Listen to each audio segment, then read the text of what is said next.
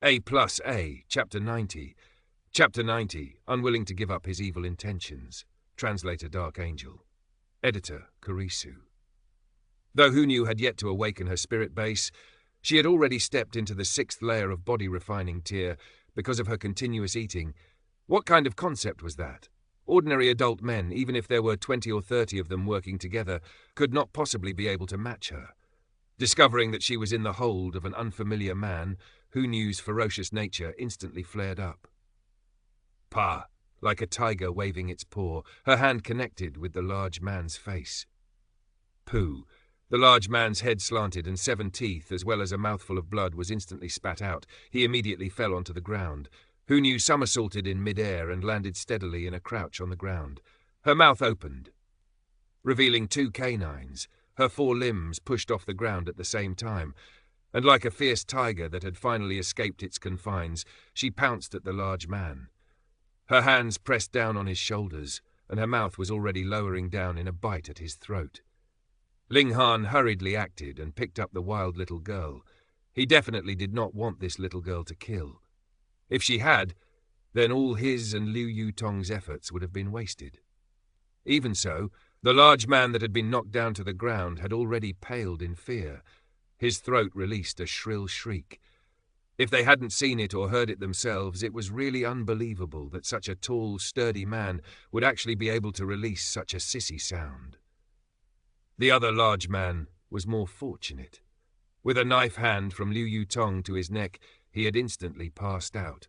"If you scream once more, I'll kill you," Ling Han said. The large man hurriedly covered his mouth with his hands, as if he was a young maiden that had encountered a pervert. Ling Han placed Hunyu back down. The wild little girl's ferocious nature was restrained with much difficulty, and she kept baring her teeth at the large man, giving out a low growl. The large man screamed again due to fear, but when he recalled Ling Han's threat, he hurriedly covered his mouth again. I am a disciple of the Earth and Water faction. If you know what's good for you, you'll let me go immediately." The large man threatened, though he did not look very confident. He was shuddering in fear even as he spoke, his face pale. Ling Han turned to look at Liu Yutong and asked, "What's the background of this Earth and Water faction?" "It's an underground party of the Imperial City. Because some things cannot be done publicly, even the 8 great clans would occasionally make use of the power of this party to do some dirty deeds," Liu Yutong said. She thought for a moment, then continued. "The faction chief of the Earth and Water faction seems to be named Yang Tiandu. He's in the spiritual ocean tier and mingles very well with the upper-class parties of the Imperial City. In the field of martial arts, the lines between cult, faction, sect, association and society were very strictly drawn. To be able to possess the name of faction would require a powerful warrior of spiritual ocean tier as support." Ling Han gave an "oh," and once again looked back at that large man as he said, "I don't care if you're Earth and Water faction or Heaven and Water faction. I ask a question, and you give me an answer. If I'm not pleased with your answer, then I will sever one of your limbs.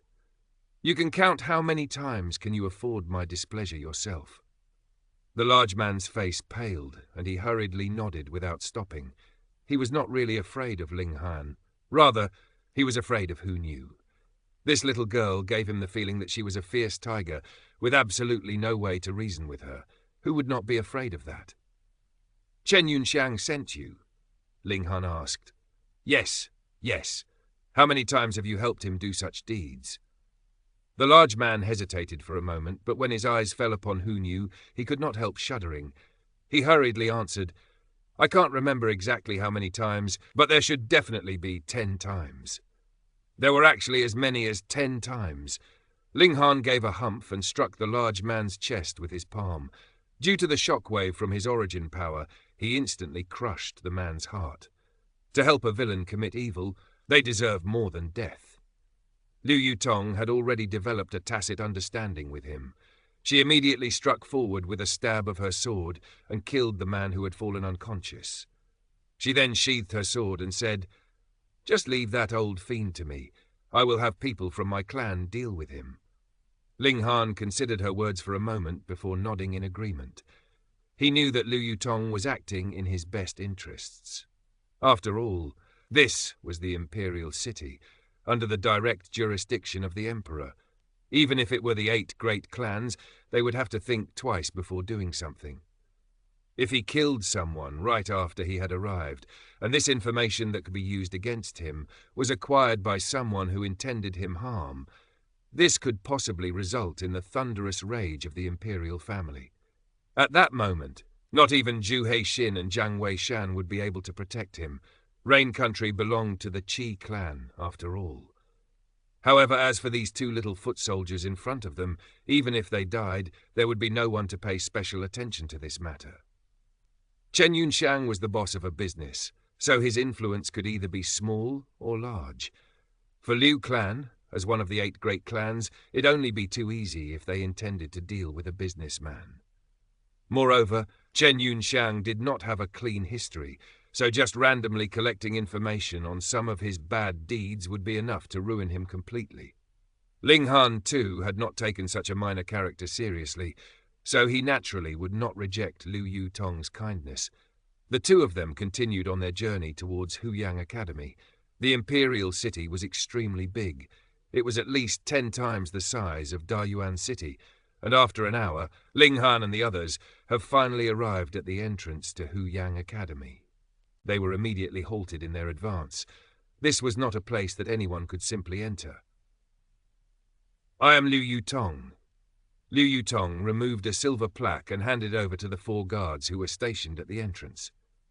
"So it is true disciple Liu." One of the guards closely examined the plaque and quickly handed it back respectfully. "We did not know it was you, so please forgive us, true disciple Liu." Liu Yutong waved off their apologies. She was currently veiled, so it was only logical that they did not recognize her. She pointed at Ling Han and said, "This is my friend, and he needs to enter the academy for an important matter. Register him for me." "Understood." The 4 guards nodded. Huyang Academy had very strict rules. Disciples of the academy were indeed allowed to bring visitors into the grounds of the academy, but the latter were not allowed to stay the night. Upon their entry, they would be registered, and if they had not exited the academy by night, then the disciple who had brought them in would be severely punished. After registering, Liu Yutong took Ling Han to a courtyard. This was where the teacher who was in charge of welcoming new disciples was stationed.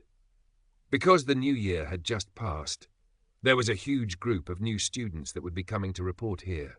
After Liu Yutong had led Ling Han here, she then left with Ling Zixuan.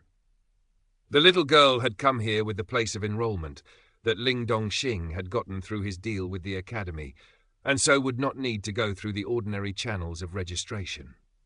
On the way here, Ling Han had heard about a lot of matters regarding the Huyang Academy from Liu Yutong. Here, students were separated into 3 categories: ordinary disciples, true disciples, and core disciples. Ordinary disciples were simple enough. You'd be considered one from the moment you enter the academy. The true disciples were much less in number, only 30 in total. In terms of cultivation resources, they could gain 10 times the amount of resources available to ordinary disciples, so they were the object of envy for ordinary disciples. There were 2 conditions for becoming a true disciple. Firstly, you'd have to at least be in element-gathering tier, and secondly, you'd have to be in the top 30 strongest disciples of the academy. As a result, competition was extremely fierce. However, Ling Han won the first place in this year's Dayuan tournament, so he would be instantly recognized as a true disciple upon his entry, though this was only valid for 1 year. There were also the champions from 36 other cities who would be able to obtain such a reward, which meant that by the end of the year, 36 people would have to be disqualified, and after that, the true disciples that were ranked from the 21st place to the 30th place would have to face challenges from the 10 strongest ordinary disciples. If they lost, they'd be demoted back to being ordinary disciples. This was also why Qi Yongye and Jin Wuji had returned to compete for the first place in the Dayuan tournament, because even as strong as they were still not true disciples.